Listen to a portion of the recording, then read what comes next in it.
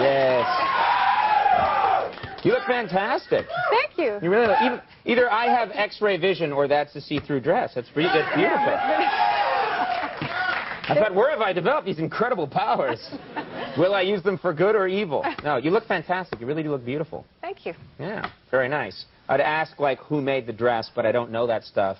It's Vivian Tam. See? Nothing. I don't know. These are all Woolworth. But I like it. And you just flew in from Paris, is that right? I did last night, yes. That's exciting. Are you living there a lot now? Is that right? Part-time, yes. That's so cool. I've always thought, what would it be like to live in a, you know, a foreign place for a while? I've never done that. Is it like, do you like Paris? Is it nice? I like it, but they're pretty tough on Americans, I have to say. They kind of, they imitate your accent.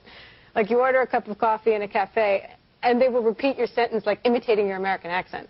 Can you imagine a waiter in New York imitating all the foreign people that, like, come into the cafe? No, they just ignore them and do not serve them, I think. And then there's that. Well, now that you're back in America, let's trash those filthy French. That's what I say. No, that's not right. That's not right. People are always happy to get behind any attack on the French. But, well, what is it like? I mean, you have to probably adjust to a lot of their customs, too. Yeah. There's this new thing. Well, there's a lot of superstitions there that I didn't know about from here. I mean, here we have the walk under the ladder or the black cat or whatever, but there's this new thing there that I thought was universal, but I guess it's just there. Whenever they toast, there's this thing where you have to look into each other's eyes when you toast. If you don't, you will have 7 years of bad sex. What? Really? So it's become this thing that whenever anybody toasts now, they go like, oh, you missed me, you know, and they just stare into each other's eyes because they're bug-eyed. This is so great. Now I have my excuse. You know, it's like, I didn't know about the custom. Ain't my fault. I think I should leave.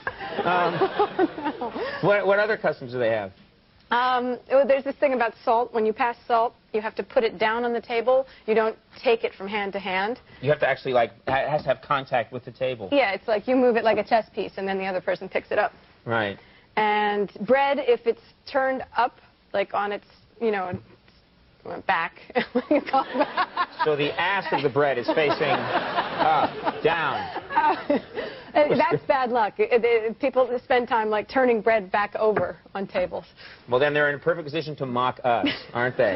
They're spending all their time making sure the bread is handled correctly. You know what happens to me when I travel in Europe? And I'm not supposed to admit this because it doesn't sound sophisticated, but the thing I miss most of all is just American TV. Not even that there are particular shows that I like, but it's just this sort of calming, Starsky and Hutch, good, you know. Well, you can see Starsky and Hutch there, but it will be with French voices.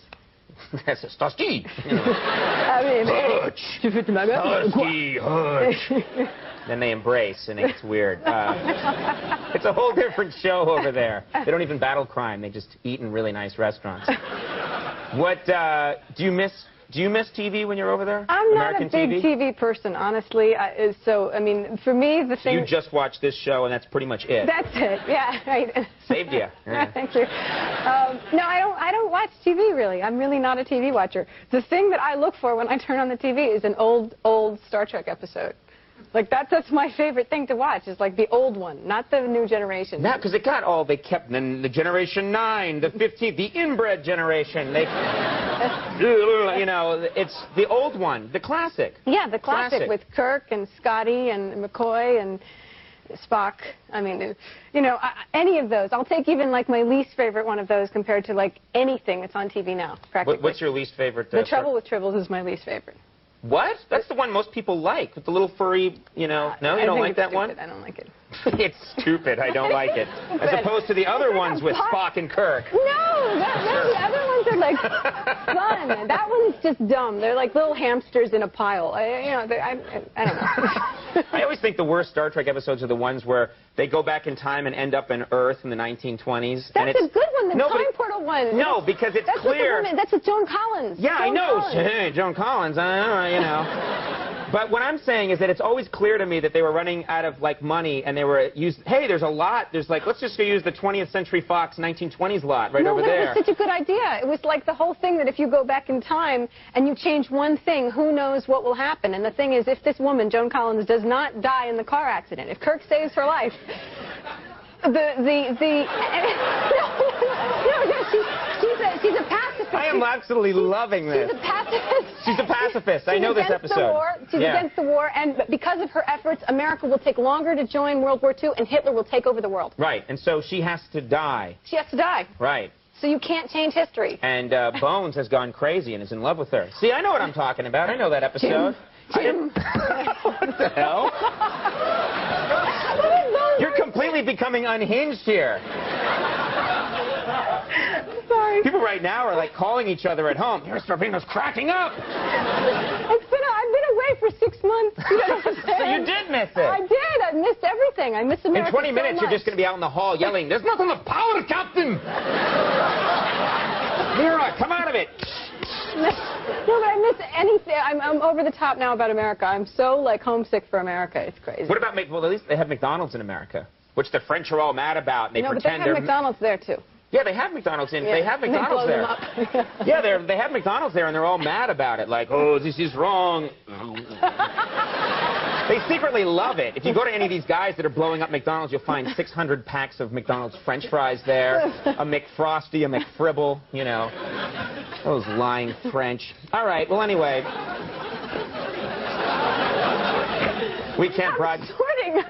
Yeah. What's happened to you? I don't know. Let's talk about The Great Gatsby a little bit, because if the A&E people find out that you went on the show and discussed the trouble with tribbles, they're going to call you. You didn't promote The Great Gatsby. Was this? This is of course an amazing novel, but I would think that the hard thing about it would be it's like your role is pretty emotional, like Daisy. So I actually was looking at clips of it. You're crying a lot in this. It's like seems like you're just torn apart in these different scenes. Yeah. Is that? Well, I'm trying to talk about the project that you're here to plug. No. But let's get back to Star Trek for a second. Did you know that the Vulcan heart is located here? There are all these cool episodes where they're like, Spock, I think he's dying. Let's check his heart. He's down here because he's a Vulcan. No, but you skipped over the... I have no idea what's happening here. I have no idea. What's this? These little things. Yeah. They have like the list of things that we're supposed to talk about. Yeah. And we were supposed to talk about my pet. Yes, but I'm an individual creature with a mind, and I knew that story would last a while. We were having more fun with this story, and then I'd cut to that one and would leave. I'm not some robot that does whatever they tell me. I'm not some robot. I'm a man. I have my own mind, my own desires. I go where I want. But I was just saying that What about your pets? I just wasn't in the mood yet to be serious, but now I'm serious. You were in the mood to be serious. Really? What were you in the mood for? So. Okay, no, yes. Crying. What's that?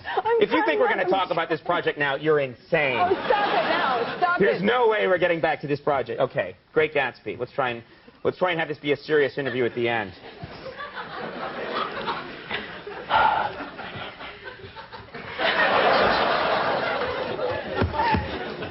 Stop.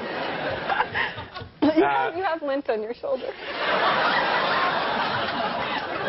Look at that. You know what's sick? That's my makeup. I think it's the makeup I think my face went up against... They put so much makeup on this white melon up here. The studio audience is often horrified when I come out to say hi to them because they can tell that I've been painted like a house. They just painted me. And it's like a little shroud of Turin there. Now, anyway, which would make me Jesus. You're in rare form tonight. Yeah, I'm sorry. I don't know what's wrong with me tonight.